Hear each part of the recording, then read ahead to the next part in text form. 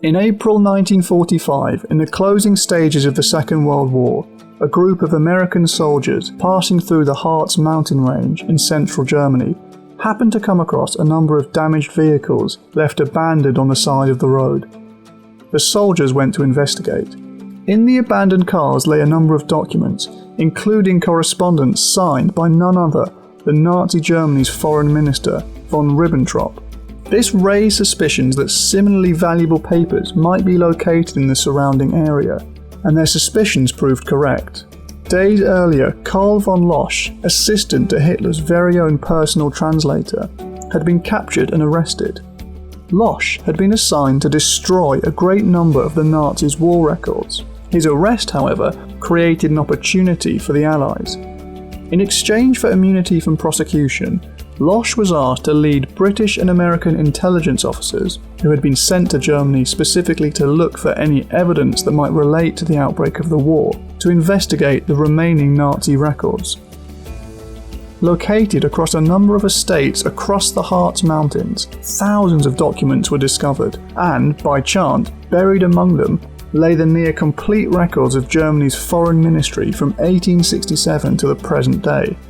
Records, in other words, that might provide answers not just to the secrets of Nazi foreign policy, but also to Germany's role in the outbreak of the First World War. There was, however, a problem. The estates across the Harz mountain range in which these documents had been found were located in territory technically under the control of the Russians.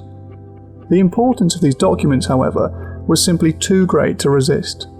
In a matter of days, British and American soldiers secretly transported the 400 tons of these documents to a castle, the Marburg Castle, located in the American zone of occupation. The British and Americans, however, were not the only ones keeping secrets. As the Americans and British entered the Harz mountain range in central Germany, the Russians were advancing in the east. As the Soviet army entered Germany, they had discovered the archives of Germany's civilian government. Taken together, the British, American and Russian forces now had access to both the domestic and foreign policy documents of the German High Command in the years and months leading up to 1914. Surely it was now possible to discover what had long remained a mystery. What the German leadership had thought, said and planned in the months leading up to the outbreak of the First World War. At long last we could answer the question that historians had debated ever since the war had finished. It would not, however, prove to be quite so simple. The highly sensitive nature of these documents meant that they were not made available to the public. Each country, Britain, the United States and the Soviet Union, took their documents back home with them at the war's end, hiding them not just from the Germans but also from their own public. It would take many years, but eventually, following successive demands by the German government, the records were gradually returned to Germany, and in 1955 a number of key documents of the civilian government transported from Moscow to the archives in Potsdam were finally made available for historians to inspect. And one historian, a German by the name of Fritz Fischer, found himself in the right place at the right time to uncover the evidence that would change the popular understanding of the First World War forever. By the time Fritz Fischer entered the Potsdam archive in 1955, a broad consensus had emerged amongst historians concerning the origins of the First World War. By looking at the four key issues, militarism, the system of alliances, imperialism and nationalism, the origins of the First World War looked more like a tragic accident rather than a crime, with no one nation bearing primary responsibility for the conflict. What Fischer discovered, however, changed everything.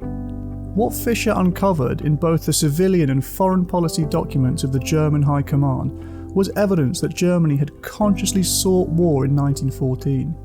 While he provided masses of evidence, one piece of evidence stood out in particular. So, what did Fischer argue and what other evidence supports his interpretation?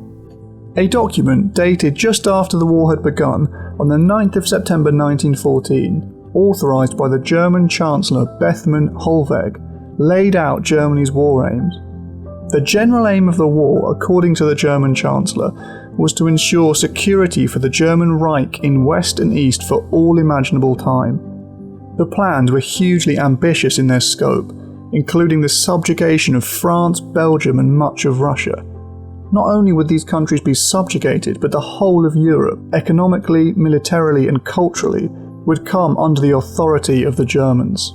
In this light, the origins of the war look completely different. Far from being accidental, the war could now be interpreted as the result of a deliberate policy of aggression pursued by the German leadership. The logic of these documents seemed to be that Germany's leaders were obsessed with making Germany a world power, and that they could only do this by defeating their European enemies in battle. 16 years after the British and Americans had come across the document in the Harz mountain range, in 1961, Fritz Fischer published his findings. The public reaction was, as we might expect, extreme.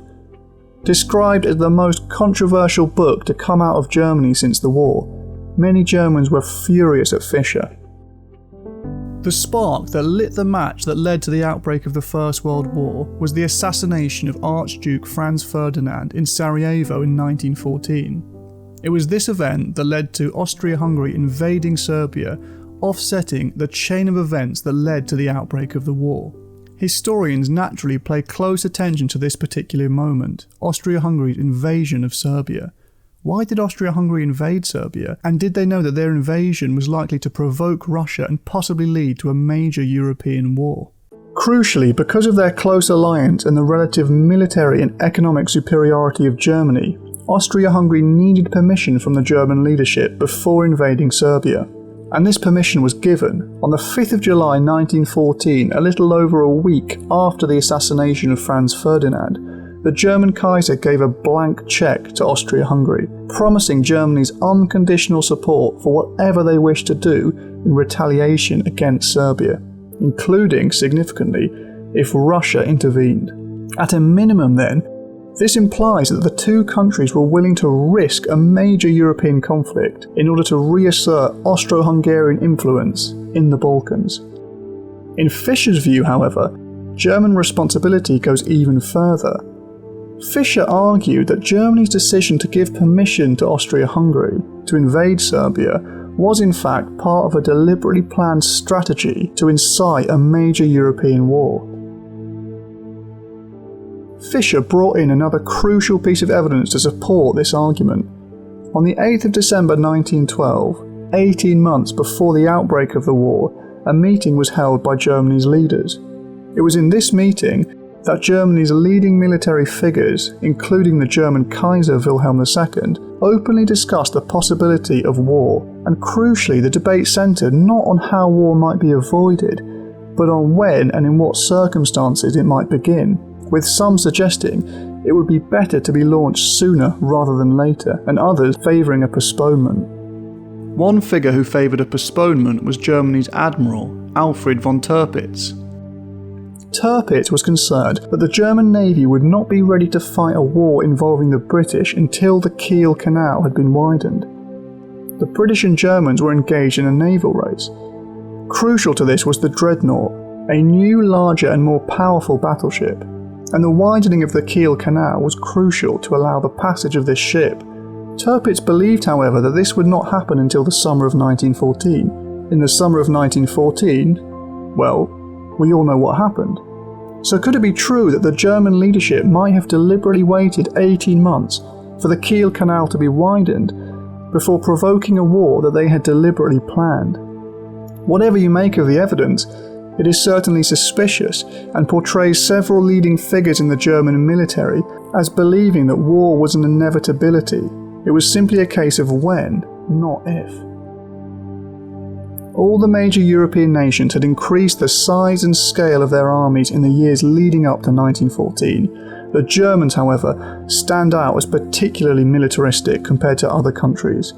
While Britain increased their military spending by 10% and France by 13% in the years leading up to war, in Germany they increased their spending by 73%, and much of this military expenditure went towards Germany's navy. By the early 1900s, it was clear that Kaiser Wilhelm intended to create his own empire. To do so, however, a much larger navy was needed, and a huge shipbuilding campaign began that resulted in an arms race between Germany and Britain to see which country could build the greatest number of ships. This was, however, a highly dangerous strategy. In the words of one historian, "From a world political point of view, the construction of the second largest fleet by itself amounted to a declaration of war against England."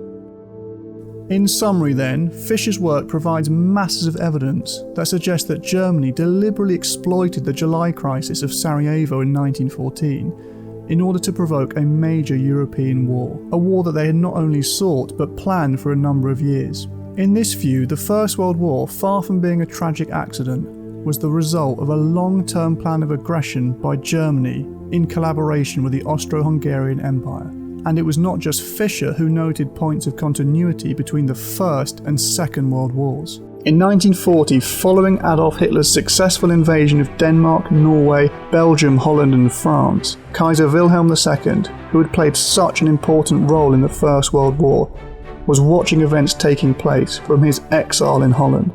And in a telling remark, an ecstatic Wilhelm wrote to his friend, suggesting that Hitler's military success represented the fulfillment of plans that he had laid out 26 years earlier.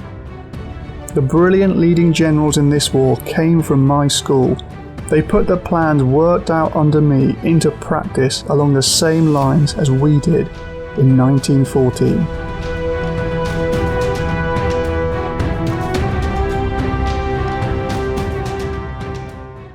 Thanks for watching this video, hopefully you enjoyed it. Please like and subscribe. If you want to know about the alternative interpretations of the war, I've also made an interpretation on the accident theory by Christopher Clark. Thanks, and see you next time.